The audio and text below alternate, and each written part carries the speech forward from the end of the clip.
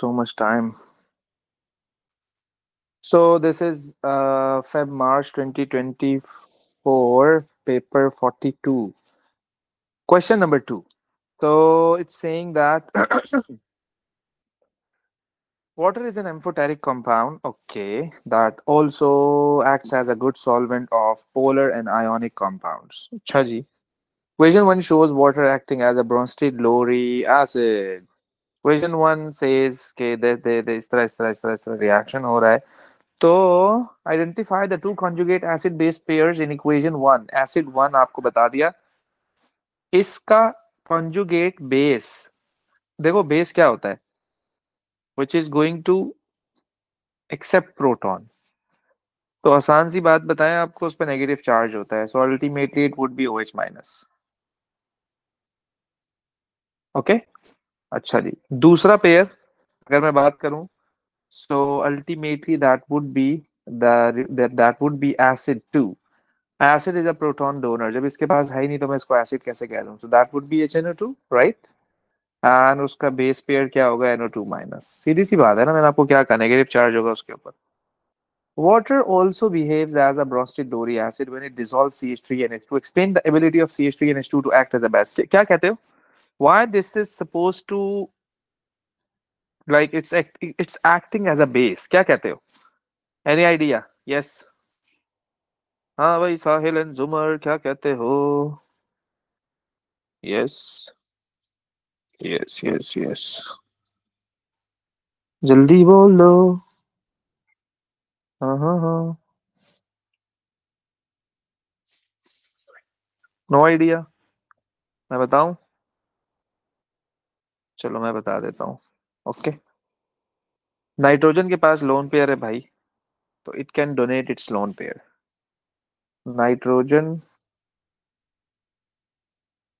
Has a lone pair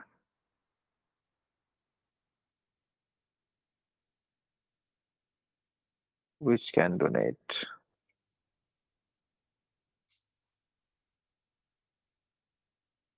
Write an equation to show water acting as a base. Okay. तो मैं क्या करूंगा, इसका रिएक्शन कराऊंगा पानी के साथ. पानी के साथ क्या बनेगा? क्या बनेगा? ये बनेगा. ये. अच्छा, ये क्या बात हुई यार? ये कैसे रिएक्शन बता रहा है कि water is acting as a base? ये इससे क्या रिप्रेजेंट हो रहा है? देखो, water is going to accept proton, base is a proton acceptor. है ना. Base is a proton acceptor. और वाकई में ये कह रहा भी है. और वाकई में ये कह रहा भी है कि भाई base is a proton acceptor. That's why वो H2O से, देख रहे हो आप लोग, वो H2O से क्या हो गया? H3O positive. ये बात होती है असल. H2O से H3O पॉजिटिव हो गया. ओके. चलें जी, right an expression for KW. ये तो सबको पता है, बच्चे बच्चे को भी पता है, ये तो बिल्कुल बेबी कॉन्सेप्ट है ये. अगर आपको नहीं पता तो बड़े अफसोस की बात है यार, ये पता होना चाहिए, वैसे होपफुली पता होगा. Use information from figure 2.1 to deduce whether the dissociation of water is an exothermic or an endothermic process. 2.1 ये है मेरे भाई. इसको देख के आप क्या कहते हो कि इट्स एक्सोथर्मिक और एन एंडोथर्मिक? जल्दी से बता दो यार अब, फटाफट. शाबाश. जल्दी से, जल्दी बताओ, जल्दी.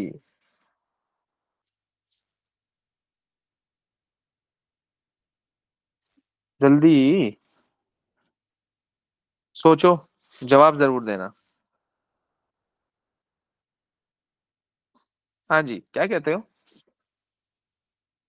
हाँ भाई. साहिल क्या कहते हो? हाँ भाई साहिल, क्या कहते हो?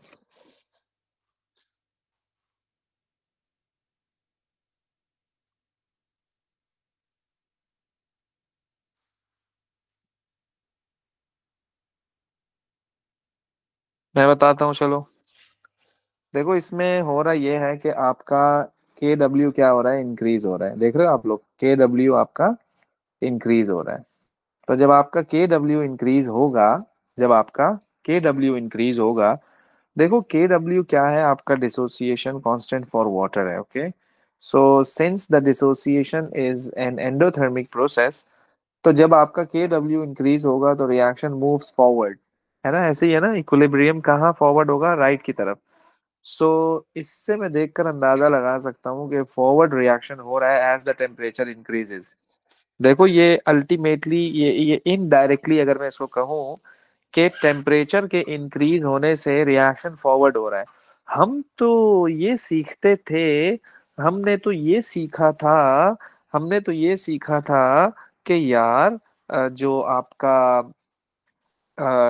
रिएक्शन अगर एक्सोथर्मिक हो, अगर आपका रिएक्शन एक्सोथर्मिक हो, तो आप जब उसका टेम्परेचर बढ़ाओगे, आप जब उसका टेम्परेचर बढ़ाओगे तो क्या हो जाएगा वो, है भाई, आप जब उसका टेम्परेचर बढ़ाओगे तो क्या हो जाएगा वो, बैकवर्ड हो जाएगा, बैकवर्ड हो जाएगा। लेकिन इसका टेम्परेचर बढ़ाने से क्या हो रहा है, ये फॉरवर्ड हो रहा है। यही तो मेन हिंट है आपके लिए, ये फॉरवर्ड हो रहा है, यही तो मेन हिंट है आपके लिए। तो इसलिए मैंने ये देखकर अंदाजा लगा लिया, अच्छा तो मतलब ये है कि ये रिएक्शन एंडोथर्मिक है। तो मैं क्या लिखूंगा, it's endothermic, it's endothermic, reaction is endothermic. बात समझ रहे हो आप लोग, रिएक्शन इज एंडोथर्मिक। तो रिएक्शन एंडोथर्मिक क्यों होगा, वो इसलिए होगा क्योंकि Kw increases as the temperature increases,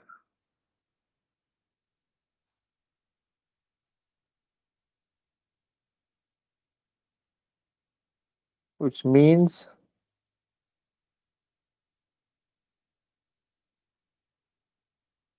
dissociation of water increases.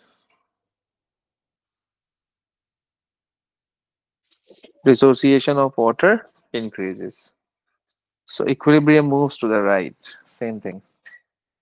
An aqueous solution has a pH 7 at 30 degrees Celsius. Use information from figure 2.1 to explain why this solution can be considered to be alkaline at 30 degrees Celsius. देखो ये 20 है तो ये 30 है, 30 का मतलब ये होगा, ये का मतलब के डब्ल्यू आपका क्या है, कम है। तो कह रहा है कि जो है जब हम उसका टेम्परेचर बढ़ा रहे हैं, देखो जब हम उसका टेम्परेचर, वो कह रहा है कि an aqueous solution has a an aqueous solution has a pH is equal to 7 at 30 degrees Celsius. Use information from figure 2.1 to explain why this solution can be considered to be alkaline. Can be considered to be alkaline at 30 degree Celsius. तो अब हम इसको क्या बोलें कि एक तो बात यह है कि ऊपर हमने ये बात देखी कि जब हमारा के डब्ल्यू इंक्रीज हो रहा था तो टेम्परेचर भी इंक्रीज हो रहा था, ये बात हमने ऊपर देख ली।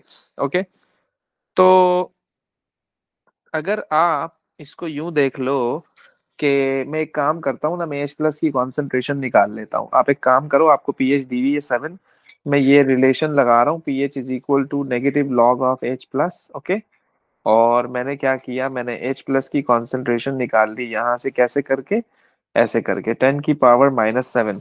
मुझे आंसर बताना जरा, क्या आ रहा है इसका आंसर 10 की पावर -7 का। बेसिकली मैं एंटी लॉग निकाल रहा हूँ इसका, जल्दी से बताना जरा। उसके बाद ना मैं फिर OH की कॉन्सेंट्रेशन निकाल लूंगा इससे। पता है कैसे करके OH की कॉन्सेंट्रेशन हम निकाल लेंगे, पहले आप ये तो बताओ मुझे H प्लस की कॉन्सेंट्रेशन क्या आ रही है, जल्दी से।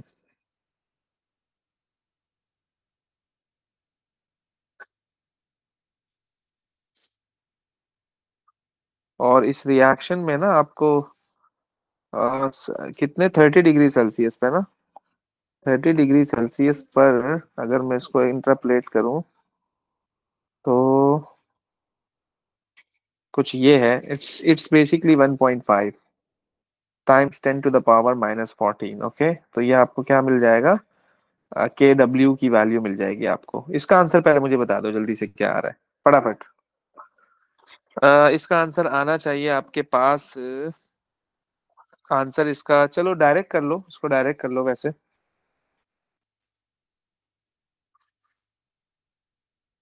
साहिल क्या आंसर आ रहा है इसका? जल्दी बताओ। साहिल जल्दी से बताओ आंसर क्या आ रहा है। 1 × 10⁻⁷। ओके हो गया। अब मैं क्या करूंगा, ओ एच माइनस की कॉन्सेंट्रेशन निकालने के लिए K W is equal to H plus into O H minus. तो ये हो जाएगा K W upon H plus. K W की वैल्यू अभी मैंने आपको ऊपर बताई, 1 एक्सपोनेंट माइनस 14 है। डिवाइडेड बाय मैंने क्या किया, ये कर दिया। आंसर बताना जरा क्या आ रहा है।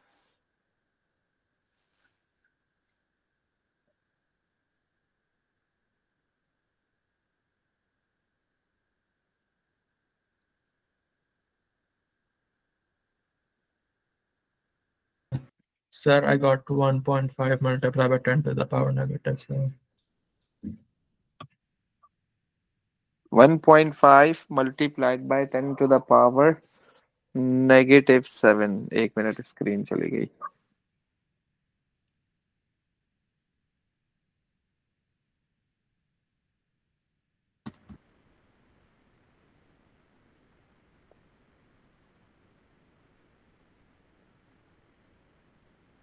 It's 1.5 multiplied by 10⁻⁻⁻7। ओके, तो ये आपके पास आंसर आया है। ये आपके पास क्या आया है, आंसर आया है। तो ओ एच नेगेटिव की कॉन्सेंट्रेशन आपके पास, ओ एच नेगेटिव की कॉन्सेंट्रेशन आपके पास एच पॉजिटिव से ज्यादा आ गई है। देख रहे हो आप, जब एच पॉजिटिव की कॉन्सेंट्रेशन कम हो जाए, ओ एच नेगेटिव की कॉन्सेंट्रेशन ज्यादा हो जाए, तो आपका solution considered to be an alkaline. Okay, तो इस वर्किंग को यहाँ लिख दोगे तो बात बन जाएगी आपकी। So this is an explanation basically, and the next question is that explain the differences in the S naught values of H2O solid and H2O liquid. Basically this is an entropy. Basically this is an entropy.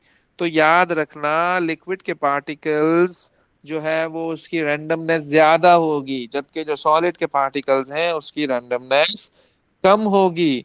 तो H2O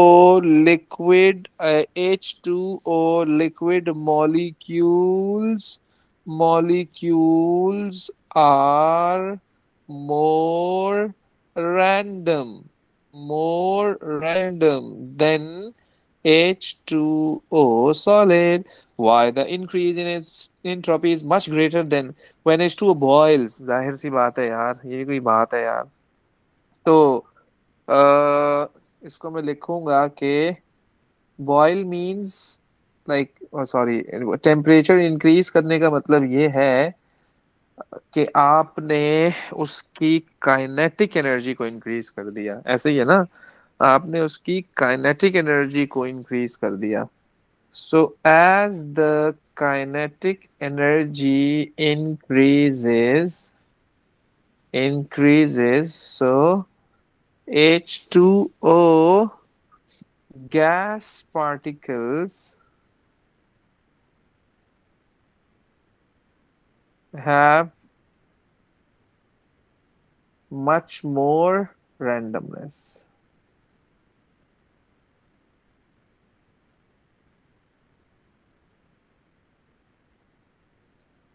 The energy changes for H2O solid to H2O liquid are shown. Gibbs free energy दी हुई है, delta H दिया हुआ है। Use this data to show that the melting point of H2O solid is 0 degree Celsius. 0 degree Celsius. तो क्या कहते हो, इसका आंसर क्या होना चाहिए है भाई? 0 डिग्री सेल्सियस का मतलब क्या होता है कि 273 केल्विन बेसिकली, राइट? ओके, तो कोई डाटा शाटा दिया हुआ है इन्होंने? देखो कहाँ से, यहाँ से शुरू हो रहा है ये क्वेश्चन, है ना भाई? तो अब देख लो क्या करें इसका। आपको लिक्विड का, आपको लिक्विड की एंट्रोपी भी दी हुई है इन्होंने आपको, देख रहे हो आप लोग? और इन्होंने आपको सॉलिड की एंट्रोपी भी दी है। तो चेंज इन एंट्रोपी क्या आएगा? First of all I need to calculate the change in entropy. Change in entropy would be 70.1 70.1 minus 48.0। So इसका आंसर आ रहा होगा, आंसर बताइए जरा इसका क्या आ रहा है।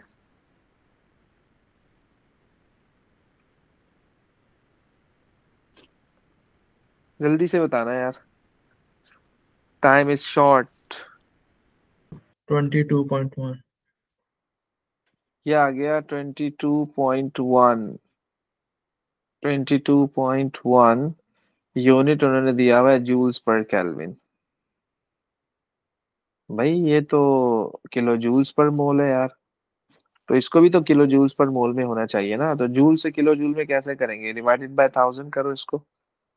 आंसर बताना जरा ताकि ये भी किलो जूल्स में आ जाए। Divided by 1000 that would be equal to 0.0221। 0.0221। Okay, ये डेल्टा एस आ गया, मुझे टेम्परेचर चाहिए ना, तो temperature delta G is equal to delta H minus T delta S. ये जीरो हो गया, डेल्टा एच आपको दिया हुआ है 6.03, माइनस का टेम्परेचर आपको निकालना है, डेल्टा एस आपका आ गया। डेल्टा एस आपने निकाला है 0.0221। तो इसको आप वहां ले जाओ। Okay, T is equal to 6.03। मुझे टी फाइंड आउट करना है, तो ये यहाँ कर डिवाइड हो जाएगा, तो आंसर बताओ क्या आएगा इसका। तो temperature is equal to 6.03 divided by this. क्या आंसर आ रहा है इसका? 272.8 Kelvin। Like that is equal to 0 degree Celsius. So that's the thing that we had to prove. Okay. चले जी, model sorry metal air batteries are electrochemical cells that generate electrical energy from the reaction of metal anodes with air. The standard electrode potentials for the zinc air battery are shown. Calculate the standard cell potential cell like E of cell like the overall cell potential of the zinc air battery. तो इन्होंने दोनों आपको दी हुई है the half equations, सो हमने इन दोनों half equations को solve करना है, that then we would be getting your answer. So it would be E of cell is equal to more positive minus less positive. So the answer would be 0.40 minus negative 1.22 volts. So 0.40 plus 1.22. So you would be getting 1.4 plus 262 volts. फिर they are asking the zinc air battery the electrode potential बताना है eight pH 11। सो जी, सबसे पहले तो आप zinc देखो इसमें। तो अगर आपको याद हो, हम इसमें क्या कर रहे होते थे कि इक्वेशन में सबसे पहले तो इन्होंने आपको पीएच क्यों दी हुई है, पहले आप तो आप ये देखो। पीएच इन्होंने आपको दी हुई है 11 एट एंड 298 केल्विन, आपको टेम्परेचर दिया हुआ है। नर्स्ट इक्वेशन भी आपको इन्होंने दी हुई है, और हमें क्या फाइंड आउट करना है? ई फाइंड आउट करना है। तो पीएच के थ्रू आप क्या निकालोगे? पीएच के थ्रू आप निकालोगे OH माइनस की कॉन्सेंट्रेशन, तो ये आसानी से आ जाएगी। तो मैं क्या करूंगा कि P O H is equal to negative log of OH minus की concentration. Since I'm going to find out the concentration for OH negative ion, so that would be 10 raised to the power minus 11। तो इसका answer क्या आएगा 10 raise to the power minus 11 का?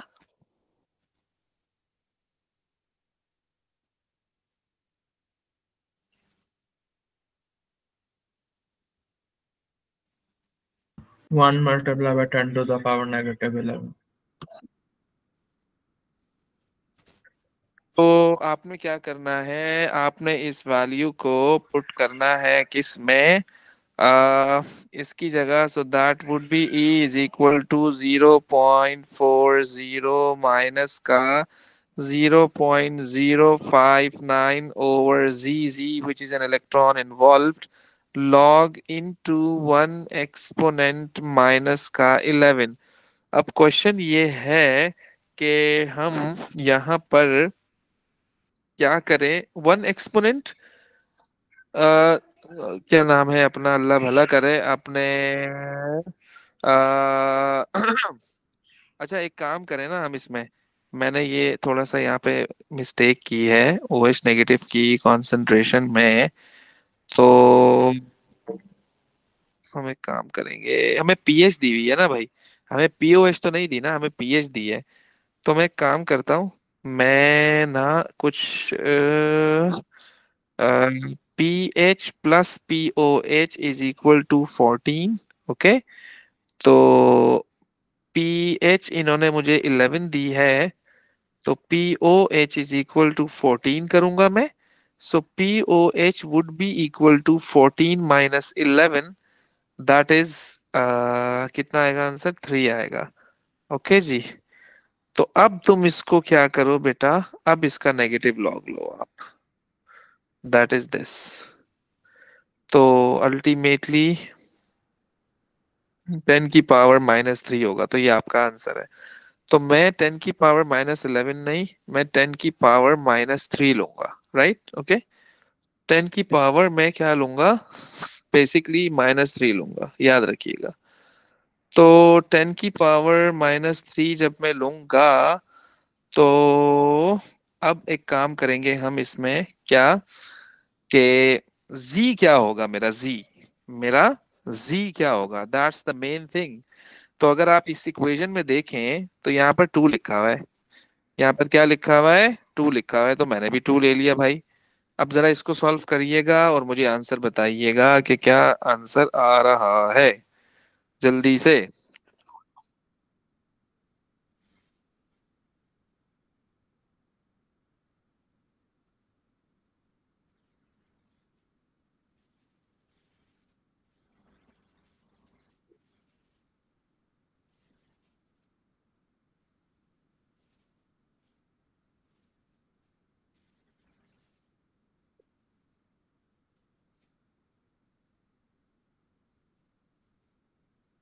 Uh, sir, I got 0.4885.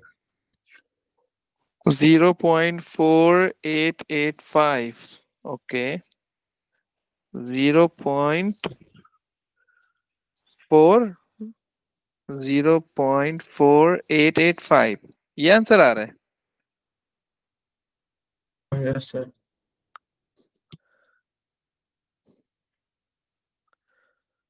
Okay, कहीं mistake तो नहीं की, सब बिल्कुल एग्जैक्ट है, because marking scheme says it's 0.577। Marking scheme says it's 0.77। ये आपने स्क्वायर लिया है ना इसका, ये स्क्वायर, ये वाला। That's what I missed, sir.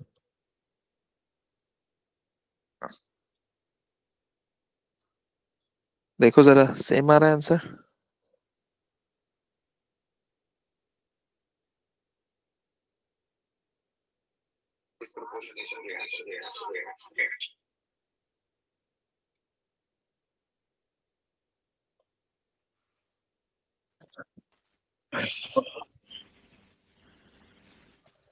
Yes, are you getting the same answer?